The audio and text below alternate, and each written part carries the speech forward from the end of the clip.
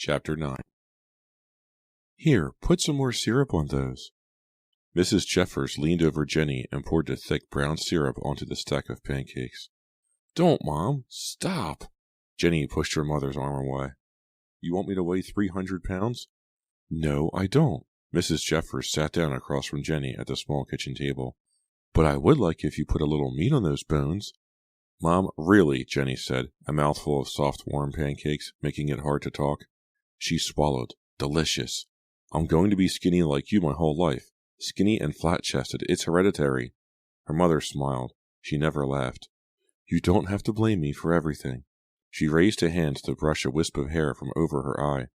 Jenny was surprised to see she had a few gray hairs. She had never noticed them before. Suddenly her mother looked very tired to her. Maybe she looked that way for a long time. Jenny realized she seldom really looked at her mother at all. She wondered if her mother looked this sad and tired down at the office too. A picture flashed into her mind of her mother at the law office where she worked, laughing and joking with the other legal secretaries, running around energetically, suddenly tap-dancing on the top of a desk, leaping off it into the arms of one of the lawyers. More orange juice? Her mother asked, yawning. Mom, I still have a full glass. Oh, sorry.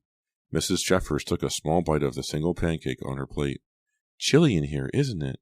She pulled her cotton robe around her tighter. When did you get in last night? Late. About 1, I guess. Mr. Hagen drove you home? Yeah, he's such a worrier. He'd never let me take the bus home. I should hope not. The wisp of hair fell down over her eye again. This time she left it there. She took another nibble of the pancake. I'm glad he's a worrier. I worry too. They live so far away, and with these awful news stories. Yeah, I know. Jenny didn't feel like telling her there was more to worry about than just a distance. How come you're not eating? Mom, I am too. You piled on a dozen pancakes here. I am not Arnold Schwarzenegger, you know. She didn't mean to sound so shrill. She was very tired, she realized. Okay. They ate in silence for a few minutes. Then Jenny looked up to see that her mother had a strange smile on her face. What's that smile for? She asked, wiping syrup off her upper lip with her napkin. You've been keeping something from me, haven't you? What?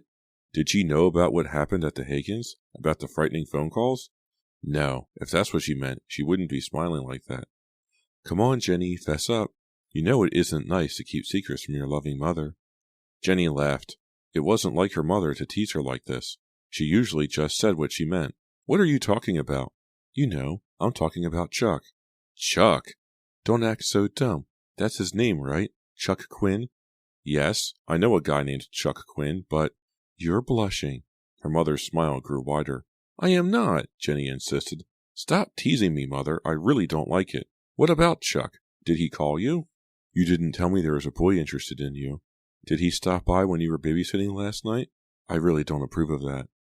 No, he didn't, Jenny said, her mind spinning. Did Chuck call you? Did he? Yes. Her mother seemed surprised by Jenny's reaction. He called last night, about 7:30. He said he needed your phone number and address, you know, at the Hagens. I was a little reluctant to give it to him, but he seemed very polite, and he said you had given it to him already, but he had lost it. That's not true, Jenny said. Uh-oh. Did I do something wrong? Her mother tightened her hand into little fists, the way she always did when she was upset. No, you didn't do anything wrong. No point in getting her mother all worked up, Jenny thought. He didn't call you? No. Maybe he did. Jenny had a heavy feeling in the pit of her stomach, and she knew it wasn't from the pancakes. Maybe he did. Chuck got the phone number from my mom. Then he called and tried to frighten me with his disgusting breathing and horrible threats. She had a feeling all along that it had been Chuck. There was obviously something wrong with him. He was dangerous. He was out of control. He had seemed out of control to her in school, always joking, always trying to trick the teachers, always trying to be the center of attention. Everyone thought he was so funny. But he wasn't funny. He was sick. Her mother thought it was cute that a boy was interested in her. If only she knew why he was interested. He was only interested in making her his victim. And now he not only had the Hagen's phone number, he had the address too. That must have been him, sitting in that little car in front of the house, waiting there, waiting for me, his victim, to come out, waiting for me to... No, wait.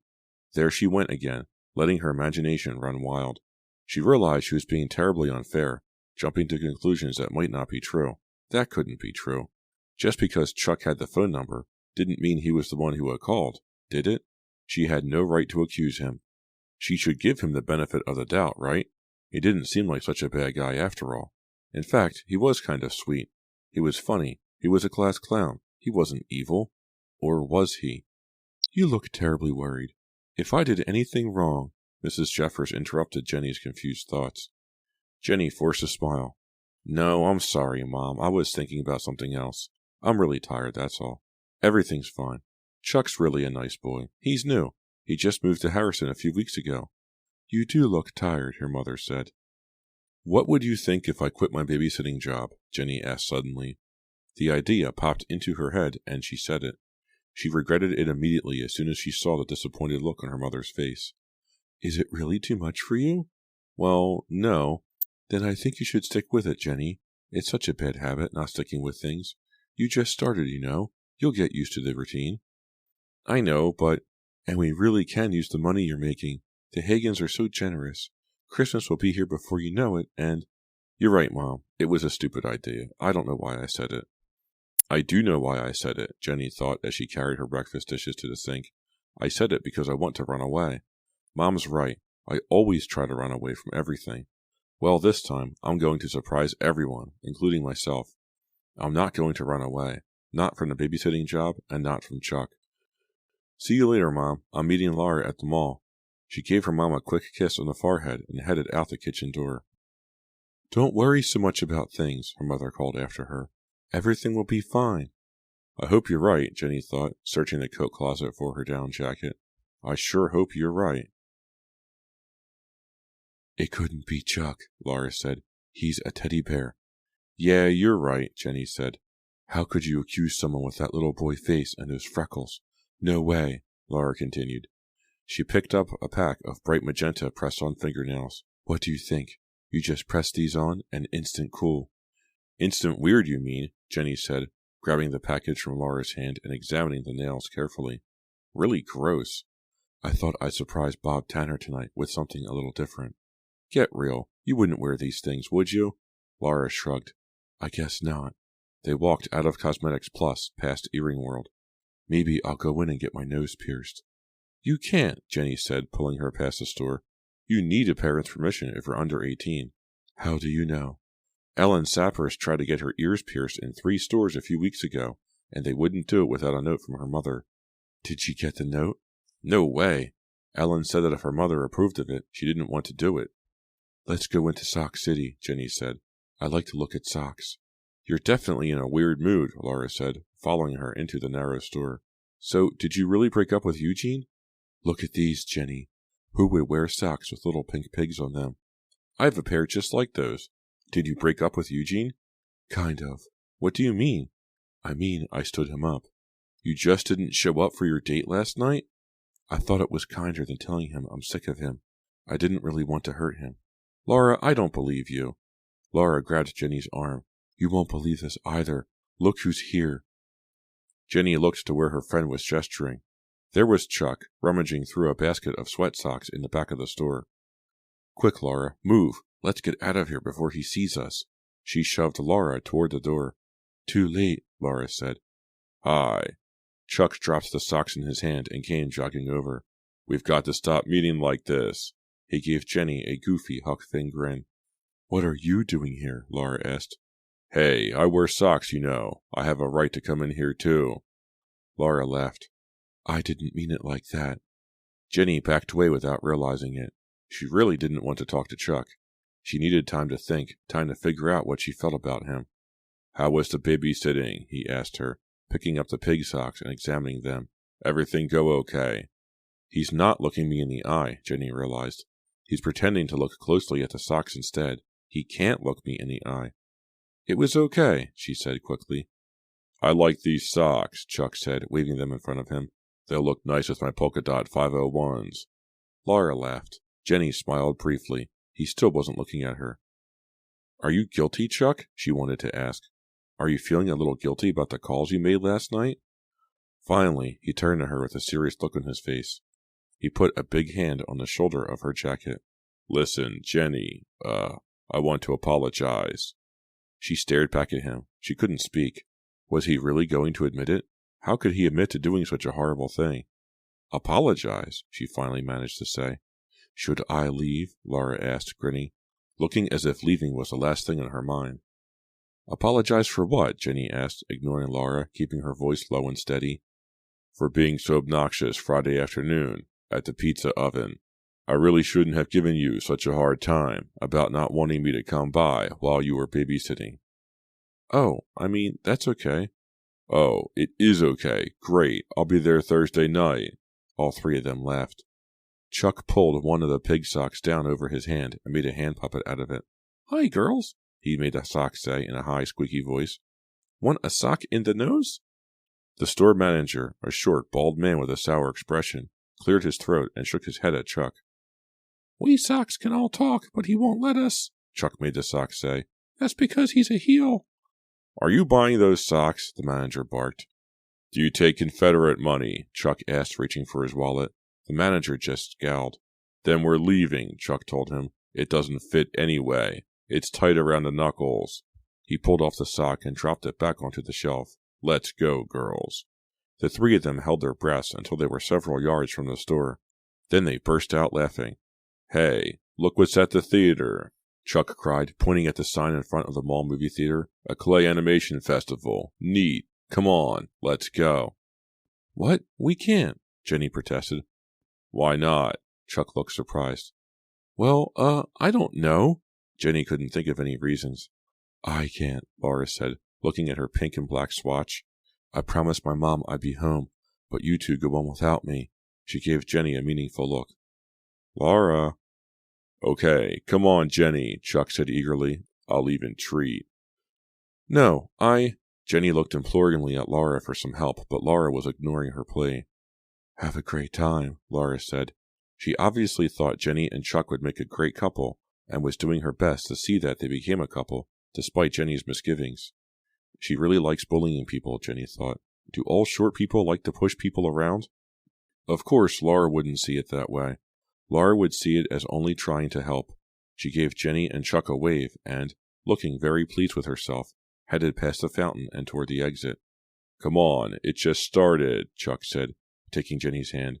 He smiled at her and blushed. He's actually very shy, she realized. Maybe that's why he wasn't looking me in the eye before. Okay, she said, and hurried up with him to the window of the box office. 2, he told the girl behind the glass. Jenny smiled. She liked being part of it too, and she liked being with Chuck. If only she knew the answer to one question. Was he the one who called to frighten her the night before? Chapter 10. Tell me another story. No, come on, Donnie. I've already told you a really long one. It's time for you to go to sleep. Look at the clock on your dresser. It says 9:30. So it's bedtime. Jenny had played 3 games of Chutes and Ladders with him and an endless card game called Uno, and now she was sitting on the edge of his bed, trying to coax him to go to sleep. A short story. Very short? No deals. Bedtime is bedtime. Give me a break. I need some time to myself. No. He made an angry face and tossed a stuffed bear across the room. Jenny nearly laughed. It was funny to see someone who looked so angelic trying to act bad.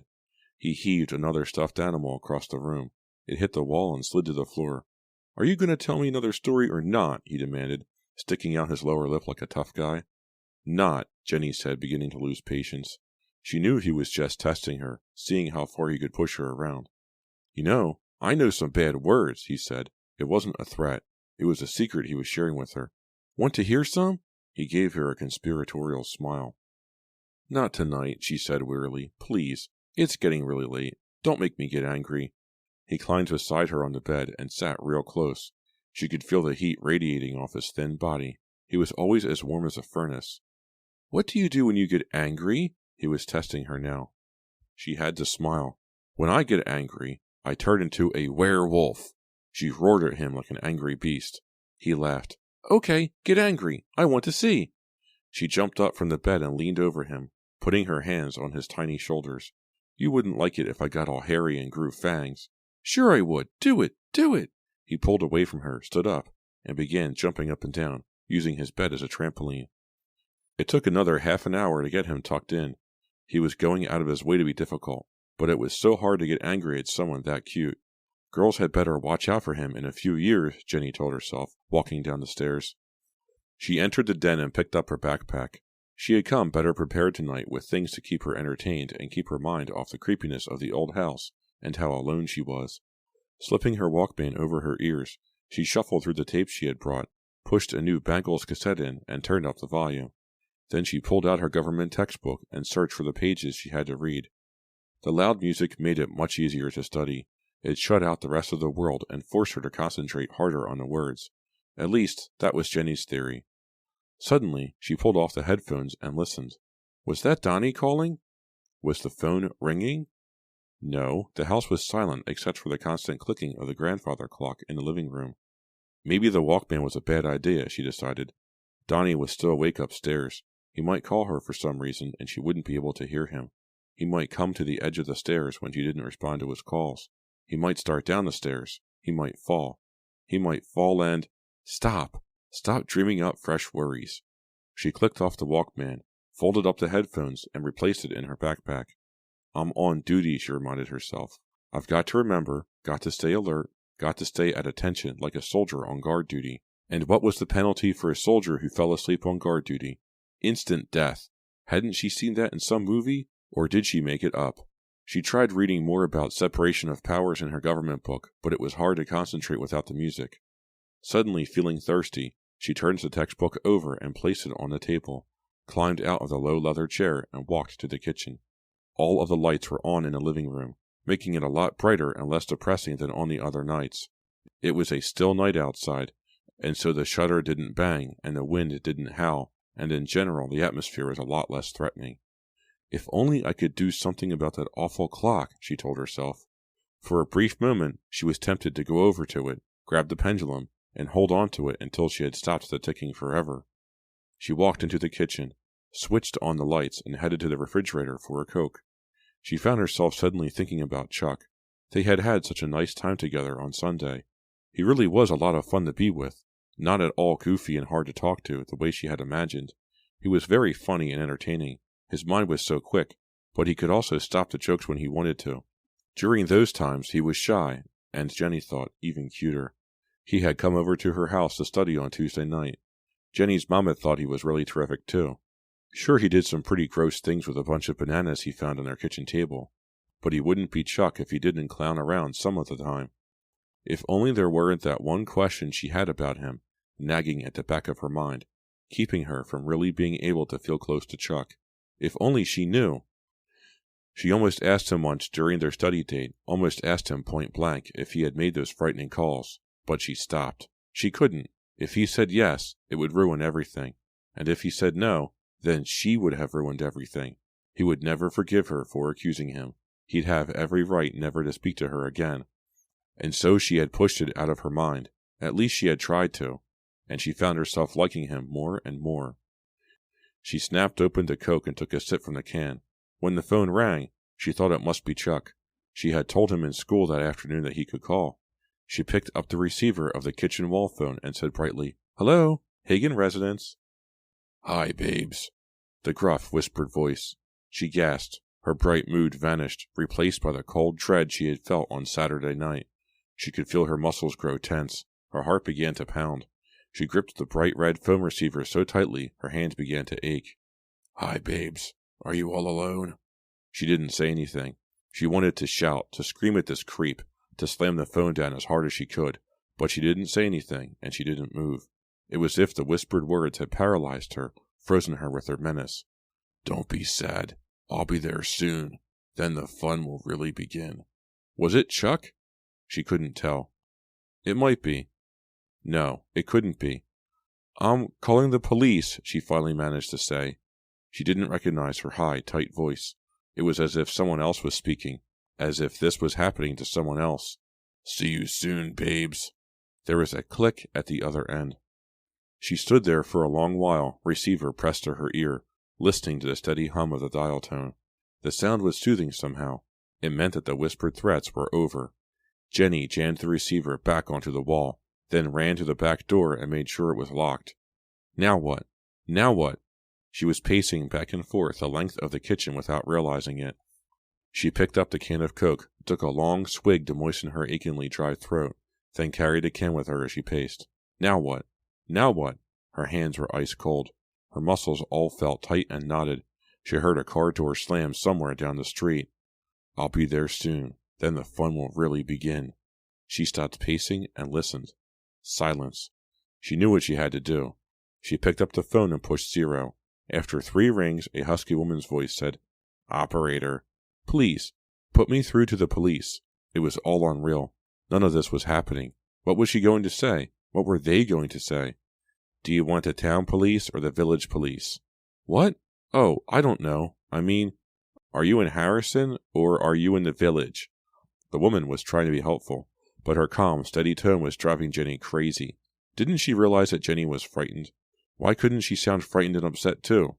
I'm not sure. I'm in the old village, Edgetown Lane, off Millertown. Then you probably want the village police. Probably. Oh, thank you. You can dial them directly. The number is 066-1919. What? Dial them. Can't you? What was the number again? The operator repeated the number, then clicked off. Jenny pushed the number, got it wrong the first time, then pushed it again. Village Police, Officer Mertz. Hello, Mr. Mertz? Officer? Can I help you? I want to report some calls. You want to make some calls? No, I've been getting these calls. Calm down, Jenny. Calm down. You're not going to make any sense at all if you don't lower your voice and speak more clearly, more slowly. Is this a matter for the phone company? No, I'm sorry. I've been getting these calls, threatening calls. Someone is threatening you? Yes, on the phone, whispering. Where are you calling from? Edgetown Lane, 142 Edgetown, off Millertown. Your name? I'm Jenny Jeffers, but I don't live here. It's not my house. I'm the babysitter. Have you heard any strange sounds in the house or outside? Seen any unfamiliar cars? Any sign of anyone outside? Yes. I don't know. No. Not tonight. Just the calls. I see. He seems to be writing everything down. Do you think this could be a friend of yours? Maybe someone from school, someone pulling a prank? I don't know. I don't think so. Are you going to send someone out to investigate? Investigate what? We can't investigate phone calls. Oh, I guess you're right. Is there someone you could call to come stay with you? Someone you trust? Well, no. My mother isn't home tonight. I could call a girlfriend, maybe. It might help make you feel better. Chances are it's just a phone creep. These guys never go outdoors. They stay in, making charming threats, getting their kicks by threatening people, but they seldom show up at the door. That's good. Normally, I'd tell you not to worry, but because of the babysitter attacks, we have to take this seriously. I'm going to give you a different phone number. This is the number of Lieutenant Ferris from the town police. This type of thing is sort of his department. He gave Jenny Lieutenant Ferris's phone number. She wrote it down quickly on a sheet of paper towel she tore off the rack over the sink. Got it, she said. I should call him. If you get any more threats, or if you hear anything unusual, or see anything unusual, just call that number. Ferris will be there. He's the man who can help you. But as I say, these phone creeps seldom leave their princess phones. Thanks, officer. Thanks for your help. Just doing my job. Jenny replaced the receiver and stood staring at the number she had written on the paper towel. Then she folded it carefully and pushed it into her jeans pocket. She was feeling a little better. At least her heart had stopped pounding like a bass drum, and her neck muscles weren't so tense and tight. She took a long swig of the Coke and started toward the den with it. Passing the stairs in the front hallway, she suddenly remembered Donnie. She turned and headed up the stairs to check on him. She tiptoed into his room to find him sleeping lightly with his eyes open. He looked as if he were staring right at her, even though he was asleep.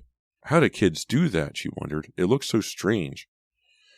She was starting to feel a lot more normal as she headed back down the stairs.